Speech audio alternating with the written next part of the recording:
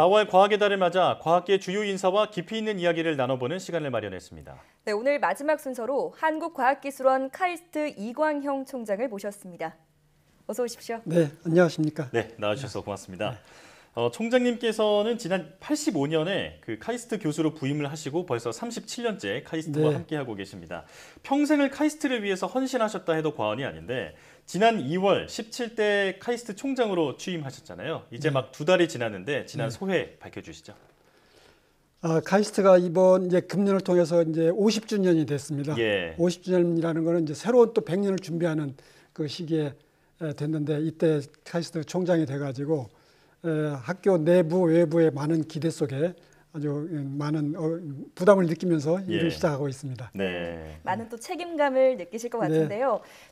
총장님께서는 교수 시절부터 명성을 크게 얻으셨잖아요.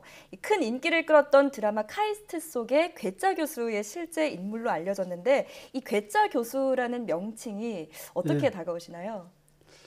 처음에는 괴짜라고 저를 부르는 것 같아가지고 굉장히 좀 싫었어요. 저를 사람들이 좀 멀리 하는구나. 그리고 좀 제가 좀 외톨이가 되어가는 느낌. 그런데 요즘에는 뭐 하도 많이 들어서 그런지 뭐 자연스럽고 이제는 감사합니다. 아, 그런가요? 네. 자, 총장님께 붙은 또 다른 별명이 있는데 바로 벤처 대부입니다. 넥슨의 창업주 김정주 대표를 비롯해서 총장님의 제자 가운데 1세대 벤처 창업가가 많이 나왔는데요. 수많은 창업주를 길러내신 그 교육 비결은 무엇인지 또 그리고 혹시 기억나는 에피소드 같은 거 있으시면 좀 알려주시죠. 저한테 이제 그런 질문을 가끔 하는 것 같아요. 어떻게 해서 그런 제자들을 기르냐. 그런데 저는 사실 한 게 없어요. 그런가요? 네. 왜냐하면은 저는 그때나 지금이나 생각해 보면은 이 학생이라는 젊은 사람들은 자기의 꿈을 가지면은요 그 방향으로 막 가는 거예요. 그걸 가로막으니까 문제지. 그걸 옆에서 있는 사람은 교수나 부모는 도와주기만 하면 된다고 생각해요. 바꿔 말하면 방해하지 않으면 그게 돕는 거라고 생각을 해요. 그래서 저한테 제가 어떻게 무슨 일을 해줬냐고 물으면은 저는 한 게 없는데 혹시라도 뭐냐고 물으면 저는 방해하지 않은 게 비결이다 이렇게 얘기를 합니다. 그 중에서도 가장 좀 기억에 남는 제자가 있으시다면요? 가장 기억 남는 건 역시 김정주인 것 같아요. 지금 넥슨 회장하고 있죠. 그 학생은 지금 생각해 보면은 상당히 좀 유별나고 좀 보통 학생들하고 좀 적응도 잘 못하고 왜냐하면 뭐 수업 시간도 잘 안 들어오고 세미나 시간에도 잘 안 들어오고 뭐 있다가도 없어지고 그래요. 수업하다 보면 없어요. 마찬가지로 괴짜였나 보죠? 뭐 그렇죠. 그러니까 저하고 약간 비슷한. 그 학생이 원래 제 연구실 학생이 아니에요. 그렇군요. 다른 연구실에 있다가 그러니까 좀 적응을 잘 못해서 또는 불량 학생으로 찍혀서 쫓겨났어요.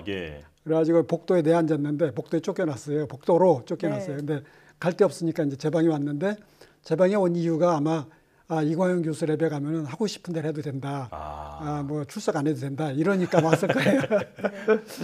이제 그때 이제 저한테도 왔을 때도 보면은 이제 통상적인 이제 성실하지 않으니까 불성실하잖아요. 그런데 제가 그냥 저런 학생은 저런 대로 몫이 있는 거다 이렇게 마음을 먹고서 야단치지 않고 그냥 놔뒀던 게 뭐 도움이 됐는지 모르겠어요. 누군가에게는 불성실한 학생이었을지언정 또 교수님께서 그런 점을 또 특별하게 봐주신 점이 또 그 학생이 지금의 업계의 신화가 탄생하기에 도움이 되지 않았을까라는 생각이 듭니다. 그런가 하면 앞서 언급한 대로 총장님께서는 벤처 대부로 불리셨잖아요. 평소 창업과 같이 연구에 좀 어떤 실용적인 측면을 강조해 오고 계시는데요. 그래서 더욱 총장님의 교육 철학이 좀 궁금합니다. 이제 대학이라고 그러면은 뭐 학교라는 데는 참 기본적으로 이제 교육이지 않습니까? 교육하고 그다음에 이제 20세기형 대학에서는 교육 플러스 연구가 중요했어요. 그래서 교육 연구 그랬는데 21세기형 대학에서는 교육 연구 이제 실용화까지 이제 나아가게 됐습니다. 그래서 카이스트 같은 데에서는 국민들의 큰 기대를 받고 있기 때문에 특히 교육 연구 외에 실용화, 사업화를 해서 국민들이 기대하는 만큼 또 사회적인 가치도 창출하고 일자리도 창출하고 그래야 되는 임무가 있기 때문에 저희 카이스트에서는 그 실용화, 사업화를 크게 강조하고 있습니다. 아, 네. 그 말씀하신 그런 수단으로 창업이 가장 좋은 방법이다 이렇게 생각하시는 그렇죠. 거군요. 네. 이제 기술로 사업하는 거는 이제 여러 가지가 있는데 그 중에 하나가 창업, 직접 우리 학생이나 교수가 직접 창업하는 게 있고 또 학교에서 생긴 지식재산, 특허 같은 걸 또 다른 데 파는 것도 있고요. 또 그걸 특허를 빌려줘서 또 수입을 받는 것도 있고 여러 가지인데 그 중에 하여튼 제일 좋은 게 직접 창업이라고 생각하고 있습니다. 예. 네. 자, 또 얼마 전 기자 간담회에서 선뜻 이해하기 어려운 말씀을 하셨습니다. 성공할 가능성이 80% 이상으로 높은 연구에는 지원하지 않겠다. 아, 그럼요. 예, 이게 파격적인 말씀이었는데 그만큼 도전적인 연구가 우리 과학계에 필요하다 이런 말씀으로 이해하면 될까요? 예.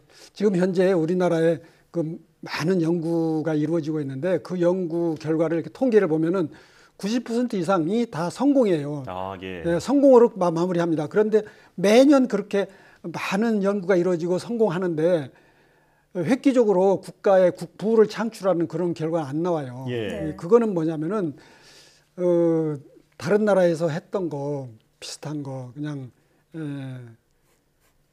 더 그렇게 그냥 따라가는 어렵지 않아. 거다, 이렇게 그럼요, 보시면, 그럼요. 예. 예, 그런 걸 하기 때문에 새로운 게 안 나온다. 그래서 저는 교내에서 하는 연구는 성공 가능성 평가에서 80% 이상이면 뭐하러 하냐. 그거 뻔한 거 왜 뭐하러 하냐. 그런 생각입니다. 돈이 예. 아깝다 해요. 네. 아, 네. 어떻게 보면 이 최고보다는 최초를 더 지원하고 싶다 그렇죠, 이런 말씀이시군요. 그렇죠. 이 카이스트는 이제 아까 이제 새로운 50년을 준비하기 때문에 세계 인류 대학이 돼야 되거든요. 예.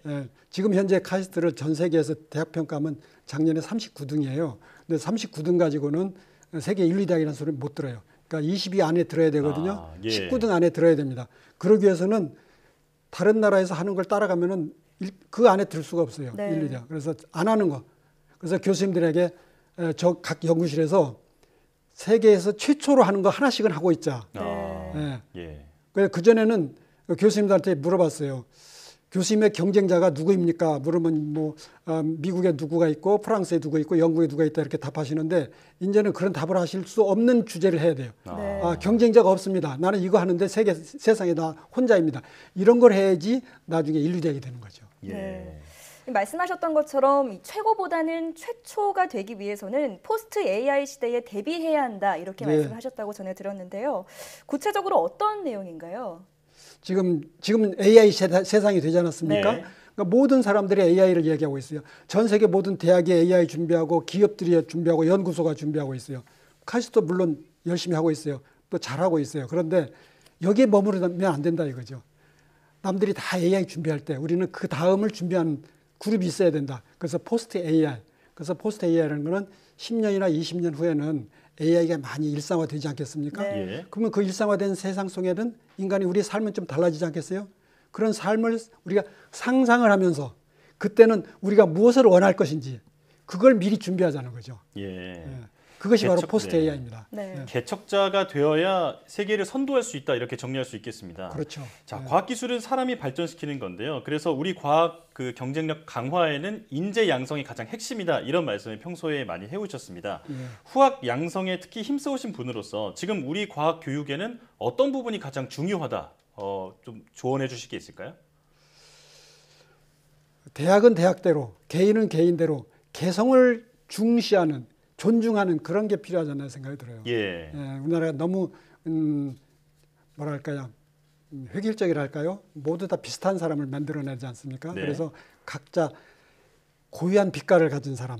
그래서 그렇게 되면은요 학생들도 옆에 있는 사람하고 경쟁할 필요가 없어요. 나 고유의 빛깔을 갖는데 왜 경쟁합니까? 예. 그래서 저는 학교에도 성적 중심인 거를 너무 타파하려고 그래요. 성적 지상주의를 타파하고 각자 고유한 컬러, 각자 특색이 있는 걸 강조하려고 합니다. 네. 그러다 보면 경쟁도 줄어들고 그러면서 세계 1등이 되는 거예요. 예.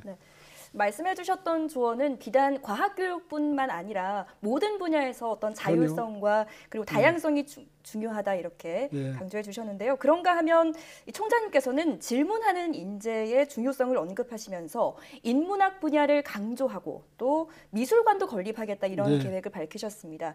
이 과학기술 중심인 카이스트에서 인문학 그리고 어떤 예술에 대한 이야기를 하니까 좀 낯설거든요. 예. 2등까지 이류 대학 전 세계에서 이류 대학까지 갈 때는 자기가 하던 거 계속 열심히 하면 가능했다고 봅니다. 사이언스 엔지니어링 대학이기 때문에 그 과학기술 열심히 하면 됐어요. 근데 세계 1위 대학이 되기 위해서는 남이 안 하는 건 이제 새로운 걸 해야 돼요. 네. 새로운 걸 하기 위해서는 우리가 하고 있는 걸 밖에서 바라보고 다른 각도에서 생각해야 되거든요.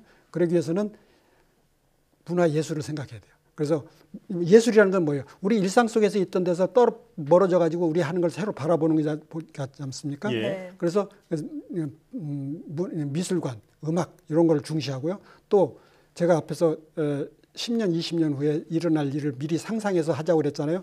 그런 걸 하기 위해서는 10년, 20년을 상상하려면은 무슨 나침판이 있어야 돼요. 아, 그때는 인간은 무슨 생각을 하지? 이걸 생각을 해야 되는데 그게 바로 인간의 본성이 무엇인가, 인간의 본질은 무엇인가를 알아야 돼요. 그게 바로 인문학이에요. 예. 그래서 미래를 내다보고 생각하기 위해서는 인문학이라는 나침반이 필요하고요. 또 현재 시점에서 우리가 하는 일을 돌이켜보고 다른 생각을 갖기 위해서는 예술이 필요하고. 그래서 예. 저는 인문학과 문화예술이 인류대학이 되기 위해서는 꼭 필요하다고 생각합니다. 예. 인문학이야말로 인류가 어디로 나아갈지 알려주는 나침반이다. 네, 이렇게 예. 강조를 해주셨는데요. 또 최근에 그 의대와 이공계를 융합해서 이른바 의사과학자를 양성하겠다라는 말씀도 예. 하셨습니다. 의사과학자 양성에 앞장서시는 이유 설명해 예. 주시죠. 지금 현재 우리나라 상황을 보면은 백신이 없어가지고 백신을 사는데 지금 정신을 쏟고 있잖아요. 네. 부끄러운 일이죠. 왜 못 만듭니까? 응? 유럽 만들죠, 중국 만들죠, 러시아 만드는데 그거는 큰 원인이 뭐냐면요. 이 의학 연구는 연구를 해야 돼요. 네. 근데 우리나라 의과대학을 생각해 보세요. 의과대학 나와서 연구하는 분 봤어요? 아, 예. 거의 없잖아요. 예. 다 임상에서 돈을 벌잖아요. 연구하는 의사가 필요합니다. 그래서 그동안에도 정부에서는 의과대학에다가 연구하는 의사 TO를 줘가지고 그쪽으로 양성하라고 노력을 했어요. 근데 다들 안 하고 그냥 그 임상으로 가는 겁니다. 그래서 이제 거기에 이제 더 이상 기댈 수 없다. 이런 식으로 계속하면은 백신을 앞으로 이번에도 못 만들고 5년 후에 새로운 감염병이 와도 또 못 만드는 거예요. 그래서 연구 중심 대학인 카이스트, 포스텍, 광주과기원 이런 데에서 연구하는 의사를 길러내면은 5년, 10년, 20년 후에는 새로운 감염병이 왔을 때 백신을 만들 수 있을 거예요. 바로 그걸 하자는 것이 우리 의사과학자 양성 프로그램입니다. 그렇군요. 카이스트에서 의사과학자 양성에 아주 큰 책임감을 느끼고 있다라는 게 네. 느껴집니다. 자, 과학기술을 선도하는 카이스트 총장님께서 나오셨으니까 또 이 질문을 안 드릴 수 없겠네요. 여전히 과학은 어려운 과목으로 저희에게 인식이 되고 있는데요. 과학은 좀 어렵다, 낯설다라는 예. 선입견 때문에 이 과학 대중화의 걸림돌이 되는 게 아닐까라는 생각이 듭니다. 자, 많은 분들이 과학에 조금 더 쉽게 접근하기 위해서는 어떤 방법이 조금 사용돼야 예. 될까요? 저는 생활 속에서 찾는 게 가장 중요하다고 생각을 해요. 네. 예. 우리 실생활, 모든 과학은 생활하고 연결돼 있거든요. 근데 그게 이제 과학이 너무 발전하다 보니까 생활하고 연결고리가 좀 너무 멀어져 가지고 네. 그 생각을 못 하는데 우리는 이제 저희 과학자들도 이 생활 속에서 문제를 찾아 가지고 과학을 설명하는 그런 노력을 해야 되고 또 특히 우리 YTN 같은 데서 이런 방송을 통해 가지고 과학을 좀 더 쉽게 설명하도록 해주시면 더 도움이 될 것 같습니다. 예. 또 추가적으로 사실 저도 어렸을 때 꿈이 과학자였거든요. 아, 그러세요? 네. 그런데 아. 요즘에 그 뉴스를 보면 과학자가 꿈이라고 얘기하는 어린이들이 많이 줄고 있다고 합니다. 예, 예. 총장님께서는 지금 이 현상을 어떻게 보고 계신지 그리고 또 어린이들에게 해주고 싶은 말씀이 있으시면 한 말씀 해주시죠. 이 미래의 사회는 지금까지도 그렇지만은 미래에는 더욱더 모든 그 일들이 과학기술 중심으로 일어나게 돼 있어요. 우리가 지금 우리 일상생활에서 쓰는 것 중에 과학기술 기기를 이용해 가지고 모든 걸 많이 하잖아요. 우리 예. 주머니에 있는 휴대폰 없으면 하루도 못 살잖아요. 이런 것이 작동하는 원리를 이해한다는 건 너무너무 재미있는 일이에요. 예. 그리고 이것이 새로운 기술이 나와 가지고 세상을 바꿉니다. 그래서 이런 기본 원리를 알아야지 세상을 미래 변화를 주도하는 리더가 될 수 있는 거예요. 전 세계를 보세요. 네. 지금 그 구글이니 아마존이니 스티브 잡스 이런 데를 보면은 기술을 아는 사람이 이 세계 변화를 이끌어가고 있어요. 그렇죠. 예, 그러니까 기본적으로 기술을 알아야 됩니다. 그래서 우리 어린이들도 세계 따라가는 사람이 아니라 주인공이 되겠다. 그러면은 기본적으로 과학 기술이 어떻게 돌아가는지를 알아야 된다. 예. 그런 생각하는 게 필요하다고 봅니다. 네. 네. 미래 변화를 주도하는 선도자가 되기 위해서는 이 과학 기술이 정말 중요하다 이렇게 강조해 주셨습니다. 또 추가적인 질문으로요. 후배들이 좀 본받았으면 하는 과학자나 선배가 있을까요? 그리고 그 이유가 더 좀 궁금합니다. 저는 개인적으로 에디슨을 무척 존중합니다. 아, 예. 예, 저는 초등학교 2학년 때 저희 아버님이 저에게 그 나의 희망이라는 숙제를 주셨어요. 네. 글을 쓰라고. 근데 그때 제가 그때 쓸 말이 없는 게 꼬마가 쓸 말이 없어요. 그래서 근데 그 근래 그때 읽은 게 에디슨 전기였거든요. 그래서 그냥 그 종이에다가 큰 글자로 나는 에디슨과 같은 과학자가 되겠습니다. 이렇게 네. 써서 이제 굉장히 칭찬을 받았어요. 네. 예. 그러고서 제가 이제 과학자 길로 이제 정해졌습니다. 예. 그 종이를 저희 아버님이 벽장 속에 넣어놨다가 손님이 오시면 자꾸 이렇게 보여주면서 자랑을 하셨어요. 네. 그러니까 저 이제 길이 확실히 됐는데 저는 에디슨을 이제 좋아하는 이유가 그 사람은 많은 실패를 하면서 계속 실패하면서 노력해서 또 반복해서 성공의 일을 많이 갔잖아요. 그리고 또 그걸 사업화를 했어요. 예. 그래서 사업해서 또 큰 성공을 했어요. 그러니까 현대 사회에서 필요한 인물이 바로 에디슨 아닌가. 근데 그분은 100년 전 인물인데도 지금도 역시 굉장히 롤 모델이 될 수 있는 분이라고 생각을 합니다. 예.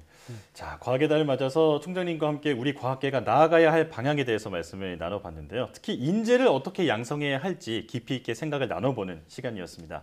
지금까지 카이스트 이광형 총장과 함께했습니다. 총장님 고맙습니다. 네, 고맙습니다. 예.